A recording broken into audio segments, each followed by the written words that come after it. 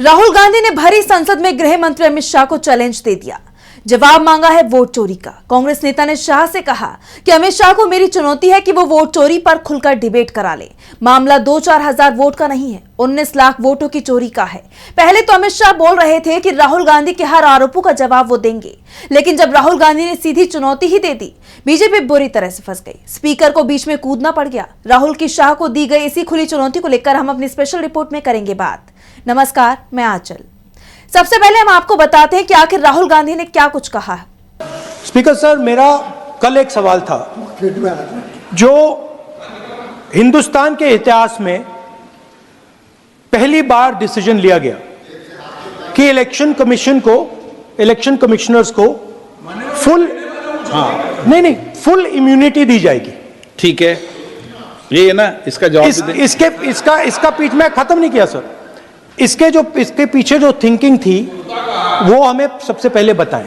ठीक है। दूसरी बात, नहीं, हरियाणा की जहां इन्होंने बात की, इन्होंने एक उदाहरण लिया, वहां पर अनेक उदाहरण हैं। वो भी आपने दिया था ना, 19 वो भी आपने दिया था, इसलिए दिया वो भी 19 लाख वहां पे फेक लोग, वो उदाहरण आपने दिया था, इसलिए उसका जवाब दिया।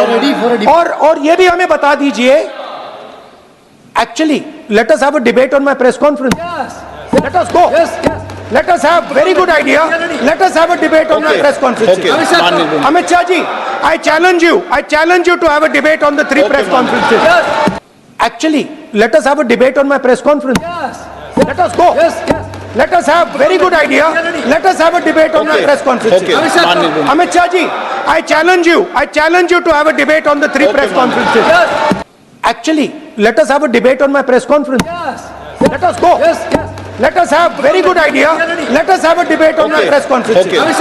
Amit Shah ji, I challenge you to have a debate on the 3 press conferences. Yes. Please. ठीक है, बैठ जाइए। माननीय, प्लीज माननीय, आपने बात करी, प्लीज। डिबेट ही तो चल रही है। उत्तर प्रदेश में और हरियाणा में दोनों चुनाव में वोट कैसे दे रहे हैं, प्लीज ये भी जवाब दे दीजिए। पहली बात मैं स्पष्ट करना चाहता हूं, मैं 30 साल से विधानसभा और संसद में जनप्रतिनिधि के रूप में चुनकर आता हूं। मुझे लंबा अनुभव है संसदीय प्रणाली का। विपक्ष के नेता महोदय कहते हैं कि पहले मेरी बात का आप जवाब दीजिए, मैं सुनना चाहता हूं। आपकी मुंसफी से संसद नहीं चलेगी। मेरे आप बोलने का क्रम मैं तय करूंगा, इस तरह से नहीं चलेगी संसद। मान्यवर, उनको धैर्य रखना चाहिए, मेरा जवाब सुनने का। इनकी एक बात का जवाब मैं दूंगा, मगर मेरे भाषण का क्रम वो तय नहीं कर सकते, मैं करूंगा, क्योंकि मैं बोल रहा हूं। सर, ये बोलिए, आपने अगर अमित शाह जी का रिस्पांस देखा तो ये कंप्लीटली डिफेंसिव रिस्पांस है। ये घबराया हुआ रिस्पांस है, ये डरा हुआ रिस्पांस है। अब सुनिए पूरी बात, प्लीज मानिए। नो, सच्चा रिस्पांस नहीं है। दरअसल राहुल गांधी ने ये चुनौती अमित शाह के बयान पर ही दी, क्योंकि अमित शाह ने ही इसके लिए राहुल गांधी को उकसाया था। और जब राहुल गांधी ने जवाब दिया तो शाह बैकफुट पर आ गए। कहने लगे कि राहुल गांधी तय नहीं करेंगे कि मैं कब बोलूंगा। अब सवाल यह है कि शाह कब बोलेंगे, ये राहुल गांधी तय नहीं करेंगे, लेकिन राहुल गांधी ने जो सवाल उठाए हैं उसका जवाब कब देंगे। अब कहने को तो सदन में शाह ने कह दिया कि राहुल गांधी की 3 प्रेस कॉन्फ्रेंस का जवाब दूंगा, एक सादी वाली, एक एटम बम वाली और एक हाइड्रोजन बम वाली। अमित शाह ने जब यह बयान दिया तो राहुल गांधी ने उन्हें बीच में टोक दिया। राहुल गांधी ने खुलकर अमित शाह को चैलेंज दे दिया कि आप मेरी वोट चोरी की 3 प्रेस कॉन्फ्रेंस पर चर्चा करा लें। राहुल गांधी ने जब अमित शाह को खुला चैलेंज दे दिया तो बीजेपी सांसदों के चेहरे के रंग बदलने लगे, क्योंकि राहुल ने अमित शाह को उनके ही बयान में फंसा दिया था। पहले तो अमित शाह को समझ में ही नहीं आया कि राहुल गांधी ने क्या कह दिया है। लोकसभा स्पीकर ओम बिरला ने भी हस्तक्षेप किया और राहुल गांधी की चुनौती से अमित शाह को बचाने की कोशिश की, लेकिन अमित शाह ने एक तरह से राहुल के सामने हथियार ही डाल दिए। उन्होंने कह दिया कि मैं 30 साल से संसद या विधानसभा में चुनकर आ रहा हूं, ऐसा कभी नहीं हुआ। मेरे बोलने का क्रम मैं तय करूंगा, आप नहीं। अमित शाह ने जब राहुल की चुनौती को एक तरफ से नजरअंदाज करने की कोशिश की तो राहुल ने कहा कि ये डरा हुआ, घबराया हुआ रिस्पॉन्स है, सच्चा रिस्पॉन्स नहीं है। राहुल ने एक बार फिर चुनौती सामने रख दी, लेकिन शाह का जो जवाब आया उससे बीजेपी नेता भी हैरान दिखाई दिए। शाह ने कहा कि मैं उनके उकसावे में नहीं आऊंगा, विषय पर बोलूंगा। मेरे भाषण में पहले और बाद में जो बोलना है वो मैं तय करूंगा। हमने तो नहीं कहा कि नेता विपक्ष झूठ बोल रही हैं। राहुल गांधी ने चुनाव आयोग को लेकर भी सवाल उठाया था। कहा था कि मोदी सरकार ने चुनाव आयोग को इम्यूनिटी दी है, इसके लिए कानून में बदलाव किया है, आखिर इसकी जरूरत क्या पड़ गई। ये बात तो सभी को पता है कि चुनाव आयुक्तों को बचाने के लिए ही मोदी सरकार ने कानून में बदलाव किया था। राहुल ने सवाल उठाया तो अमित शाह ने कह दिया कि यह आरोप सही नहीं है।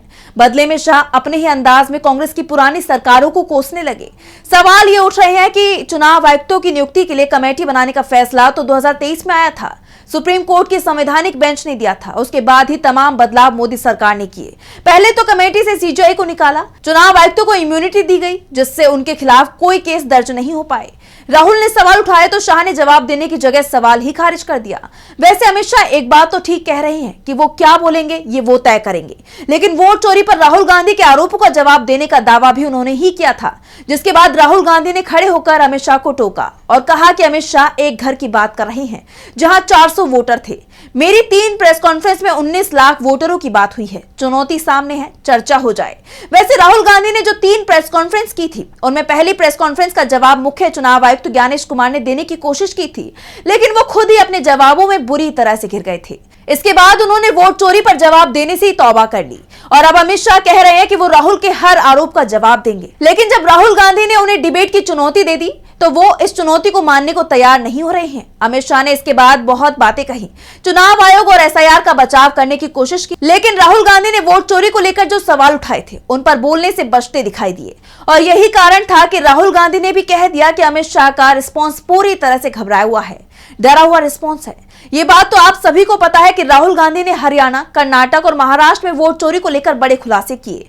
दावा बिहार में वोट चोरी का भी किया है और बिहार चुनाव को लेकर जल्द ही बड़ा खुलासा भी हो सकता है और इसकी शुरुआत भी चुनाव आयोग के ही जवाब से हो गई है, जिसने खुलकर मान लिया है कि बिहार में अभी भी डुप्लीकेट वोटर हैं और ये संख्या हजारों में है। फिर सवाल उठ रहे हैं कि जब एसआईआर हो चुका है तो फिर ये डुप्लीकेट वोटर कहां से आ गए, जबकि चुनाव आयोग के पास तो डुप्लीकेट वोट पकड़ने वाला सॉफ्टवेयर भी मौजूद है, फिर भी आसानी से ये गड़बड़ियां हो रही हैं। तो फिलहाल हमारी स्पेशल रिपोर्ट में बस इतना ही। देश और दुनिया की तमाम बड़ी खबरों के लिए देखते रहिए डीबी लाइव। नमस्कार। हमारे चैनल से जुड़े रहने के लिए YouTube पर टाइप करें डीबी लाइव, सब्सक्राइब बटन को क्लिक करें और बेल आइकन को दबाना न भूलें ताकि खबरें आप तक पहुंचती रहें। देखते रहिए डीबी लाइव, क्योंकि यहाँ हैं खबरें लगातार।